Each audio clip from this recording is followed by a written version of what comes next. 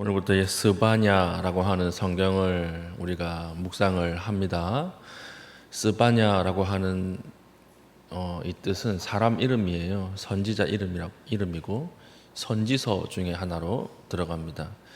스바냐라고 하는 이름의 뜻은 하나님께서 감추셨다 이 뜻입니다. 하나님께서 감추셨다. 그리고 이 선지자는 남 왕국, 북왕국이 있지 않았습니까? 그 중에 이제 남쪽 유다에서 예언했던 선지자입니다. 이걸 알고 우리가 본문을 들어가 볼 수 있도록 하겠습니다. 1절부터 스바냐는 좀 이상해요. 뭐가 이상하냐? 1절 보십시오. 아몬의 아들 유다 왕 요시야의 시대에, 시대는 언제예요? 남유다 왕국의 요시야 왕. 요시야 왕은 어떤 왕이었습니까? 신명기 율법을 발견했죠. 발견했다는 말은 무슨 말이냐면 그 전까지 이스라엘에 아무도 하나님 말씀을 지키는 사람이 없었다는 거예요. 율법을 지키는 사람이 없어서 율법책이 없어졌다는 것입니다. 사라져 버렸어요. 근데 요시야의 시대에 율법책을 발견합니다. 신명기를 발견하고 그때 종교 개혁을 일으켰던 왕이에요. 그리고 나서 이제 남유다는 이제 멸망의 길로 돌아갑니다. 악한 왕이 나와서 완전히 유다를 멸망 직전까지 갔다가 요시야 때 다시 한번 확 하고 타오르고 그 뒤에 슬슬 꺼져 나가는 거예요. 우리 촛불이나 이렇게 불꽃 같은 것도 타다가 마지막에 한번 확 다 태우고 싹 끝나잖아요. 그런 것처럼 요시야라고 하는 이 왕은 하나님 앞에 마지막 유다의 불꽃 같은 그런 왕이었습니다. 이 시대였다라고 하는 것이죠. 시대에 스바냐에게 임한 여호와의 말씀이라. 스바냐는 이때 좀 활동하던 사람이었다는 거죠. 근데 뒤에 이게 좀 신기해요. 스바냐는 소개가 나오는데 히스기야의 현손이요. 현손이라는 말은 오늘날 잘 안 쓰는 단어입니다. 이건 손자의 손자라는 뜻이라서 이건 고손 이 뜻입니다. 고손. 히스기야가 고조 할아버지 이 말이에요. 히스기야 왕이죠. 스바냐도 누구예요? 왕족이에요. 왕족. 있는 집안 자식이에요. 히스기야의 현손이요, 아마랴의 증손이요, 그다랴의 손자요, 구시의 아들이었더라. 선지서를 이야기할 때 선지자를 소개하는 내용이 항상 앞에 나옵니다. 그런데 이게 길면 길수록 있는 집 자식이라 그랬죠. 이게 짧다 그러면 흙수저고 길면 길수록 금수저에 가까워요. 그런데 스바냐는 좀 특징이 뭐냐면 길어도 너무 길어요. 너무 길어요. 선지서 중에 8명은요 아예 가문에 대한 소개가 없습니다. 8명은 소개가 아예 없어요. 흙수저예요. 그리고 5명은 아버지 이름 정도만 나와요. 그런데 오늘 스바냐는 누구부터 소개해요? 히스기야 고조 할아버지 때부터 소개하거든요. 이게 이제 이상한 거예요. 이게 이상하면 여기에 하나님이 숨겨둔 어떤 이유가 있구나, 이 메시지가 있구나, 이걸 발견해내야 된다는 거죠. 이게 뭔가 이건 이제 뒤에 마지막에 설명을 하겠습니다. 그렇습니다. 하여튼 그리고 나서 2절이 시작됩니다. 2절 보십시오. 여호와께서 이르시되 내가 땅 위에서 모든 것을 진멸하리라. 스바냐의 입을 통해서 나온 첫 번째 예언이 무엇입니까? 하나님이 이 땅을 진멸한다는 거예요. 뭐 이유도 말 안 해요. 그냥 다짜고짜 내가 이 땅을 진멸할 것이다. 마지막에 철저한 패망을 스바냐의 입을 통해서 이야기하는 거예요. 근데 이 진멸이 얼마나 철저한가? 3절 내가 사람과 짐승을 진멸하고 공중의 새와 바다의 고기와, 이건 어디를 이야기하는 걸까요? 이건 구약의 창세기 노아 홍수를 이야기하는 거예요. 노아 홍수에서 하나님이 사람을 모두 진멸했던 것처럼 내가 유다를 진멸할 것이다. 그런데 창세기의 노아 홍수보다 더 심각한 진멸입니다. 왜 그러냐? 바다의 고기와 이 말 때문에요. 창세기 그 노아의 홍수 때는요, 바다의 고기는 심판의 대상에서 제외됐어요. 그렇죠? 물고기는 안 죽었다고요. 새도 다 죽었는데 물고기는 살았어요. 그런데 지금 이제 하나님이 일으키실 진멸에는 누가 포함됩니까? 물고기까지 포함됩니다. 이건 무슨 말이냐면 철저한 진멸이에요. 하나님 앞에 하나님이 절대 남겨두지 않을 것이다. 지금 하나님의 진노가 어마어마한 거죠. 누구에게 진노를 하느냐? 거치게 하는 것과 악인들을 아울러 진멸할 것이라. 하나님께서 진멸을 시행하실 때 하나님의 믿음을 거치게 하는 자들, 그리고 악인들을 하나님이 진멸할 것이다. 이걸 보면 사실 누구에게 화가 난 거예요? 거치게 하는 자들과 악인들에게 지금 하나님이 진노하고 계시는 것입니다. 내가 사람을 땅 위에서 멸절하리라. 나 여호와의 말이니라. 4절. 내가 유다와 예루살렘의 모든 주민들 위에 손을 펴서 남아있는 바알을 그곳에서 멸절하며, 바알은 우상이죠. 우상을 내가 다 멸절하며 그마림이란 이름과 그 제사장을 아울러 멸절하며, 그마림은 1월 성신을 섬기는 신이에요. 우리로 치면 태양을 보고 신이다 이렇게 이야기하고, 및 그 제사장 이랬으니까 1월 성신을 섬기는 제사장. 그러니까 지금 이때 정도 되면 유다의 하나님을 섬기는 것과 우상을 섬기는 것이 똑같았다는 거예요. 그러니까 너는 하나님 믿어? 그렇구나. 나는 1월 성신을 믿어. 이렇게 되는 거예요. 그래서 이 1월 성신을 모시는 제사장들도 다 먹고 살 수 있는 그런 시대였다. 이걸 알 수가 있는 거죠. 그래서 하나님이 그마림과 그 제사장들을 멸절할 것이다. 5절. 또 지붕에서 하늘의 뭇 별에게 경배하는 자들과 경배하며 여호와께 맹세하면서 말감을 가리켜 맹세하는 자들과, 말감은 암몬신입니다.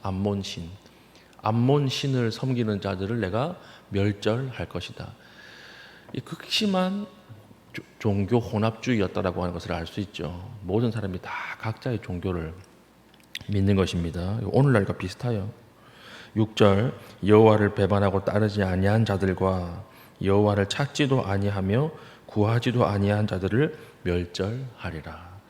지금 1절부터 6절까지 계속 반복해서 나오는 단어가 뭐예요? 멸절이에요. 멸절. 6절밖에 안 되는데요, 멸절이라는 단어가 굉장히 많이 나옵니다. 하나님이 아주 진노하고 있다는 거예요. 그리고 우리가 뒤에서 읽었던 13절까지 내용은요, 이 멸절에 대해서 그 멸절을 당할 자들에 대한 자세한 기록이에요. 그래서 7절 보면 주 여호와 앞에서 잠잠할지어다. 이는 여호와의 날이 가까웠으므로 여호와께서 희생을 준비하고. 이 말은 무슨 말이냐면, 번역을 좀 세련되게 한 번역인데, 하나님이 이 멸절 당할 자들을 잡을 때 제사장이 희생 제물을 잡는 것처럼 잡을 것이다, 이렇게 얘기하는 거예요. 이거 굉장히 무서운 거죠. 그러니까 철저하게 칼을 들고 죽일 것이다, 이 말이에요. 그리고 8절 9절은 권력자들을 향한 심판. 9절 보십시오. 그날에 문턱을 뛰어넘어서 포악과 거짓을 자기 주인의 집에 채운 자들을 내가 벌하리라. 이건 권력자들에게 아부하면서, 문턱은 누구의 문턱이에요? 권력자들의 문턱이에요. 이 문턱이 닳도록 왔다 갔다 하면서 하나님을 의지하지 않고 권력자들을 의지한 자들을 내가 심판할 것이다, 이 말이고요. 그리고 이 재앙은 예루살렘 각 구역에 다 임할 것이다. 물이 덮는 것처럼, 물이 공간을 덮는 것처럼 빈틈없이 임할 것이다. 10절 보십시오. 나 여호와가 말하노라. 그날에 어문에서는, 물고기 문이라는 곳이 있었어요. 어문에서는 부르짖는 소리가 들릴 것이고, 제2구역에서는, 또 다른 구역에서는 울음소리가, 작은 산들에서는 무너지는 소리가 일어나리라. 그러니까 빈틈없는 철저한 하나님의 멸절. 그리고 불신자들에 대한 심판이 있죠. 12절. 그때에 내가 예루살렘에서 찌꺼기같이 가라앉아서 마음속에 스스로 이르기를, 여호와께서는 복도 내리지 아니하며 화도 내리지 아니하시리라. 이 누굴 이야기하는 것일까요? 무신론자들.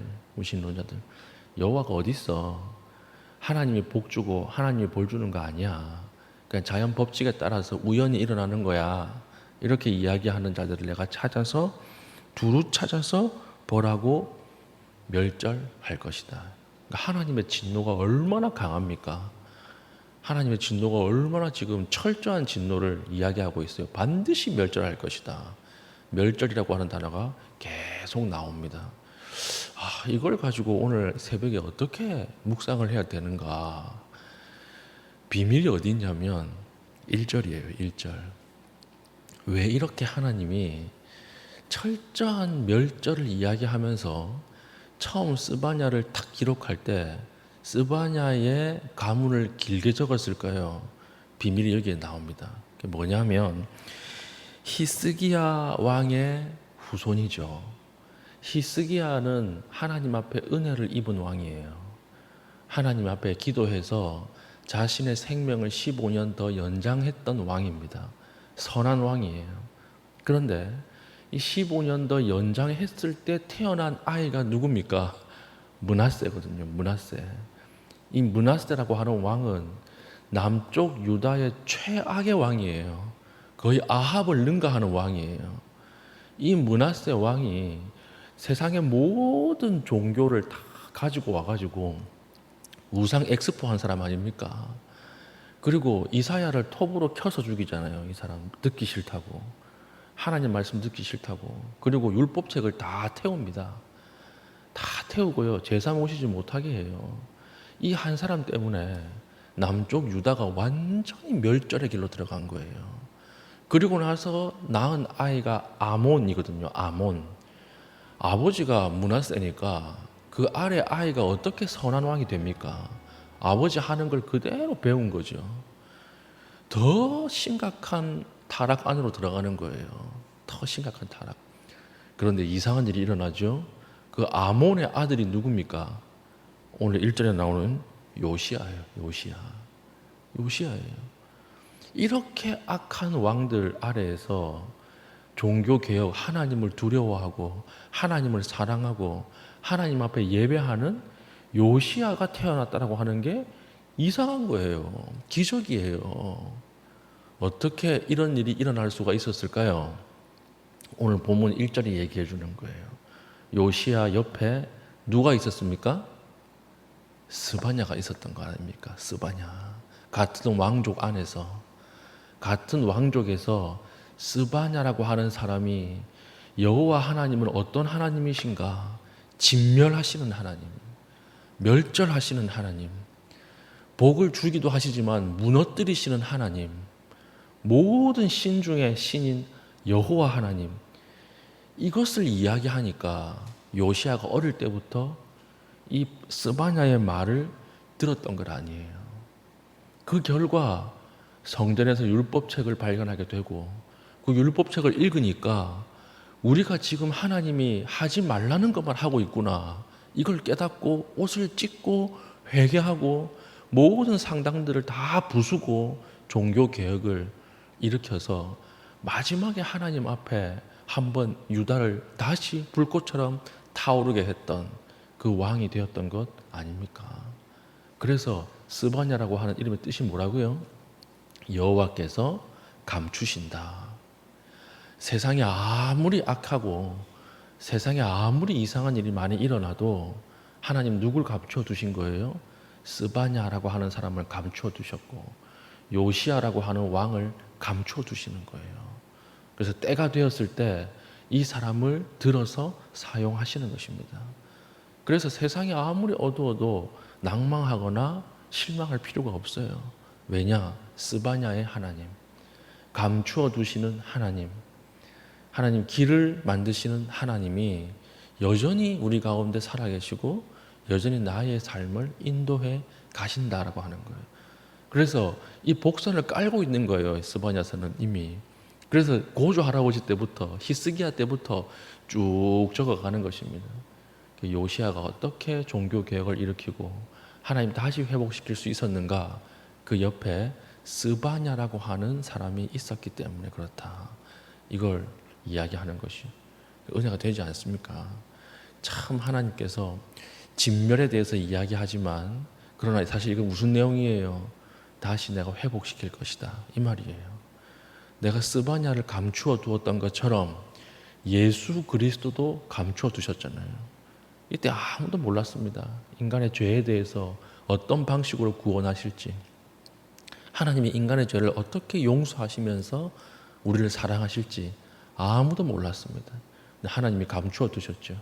자신의 아들을 십자가 위에서 죽이시는 것으로, 그 보혈을 흘리시는 것으로 우리의 죄를 용서하실 것이다. 감추어 두신 거예요. 감추어 두시는 하나님. 이 하나님이 저와 여러분들의 삶 가운데 충만히 임해서 여러분들 현실은 너무나 어렵고 현실은 너무나 절망적이더라도 일하시는 하나님을 바라보고 소망을 얻을 수 있는 그런 기도하는 시간 될 수 있기를 축복합니다. 아멘.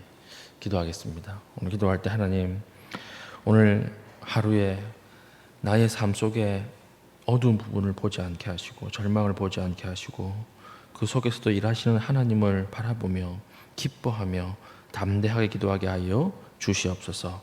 기도하고 각자의 개인적인 기도의 제목 가지고 기도하신 이후에 자유롭게 돌아가시겠습니다.